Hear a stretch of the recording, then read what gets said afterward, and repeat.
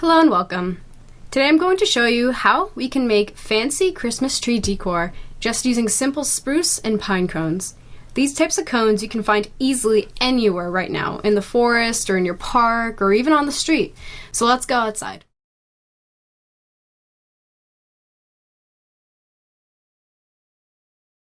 They look closed and unattractive when they're on the ground.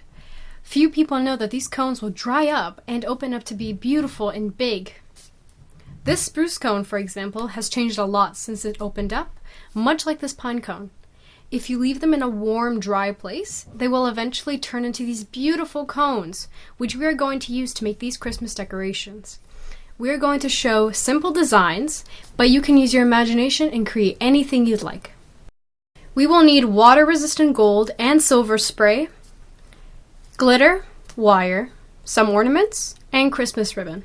Sprinkle glitter on the wet paint so that it sticks to the cones, and be as creative as you'd like. We will show you the rest.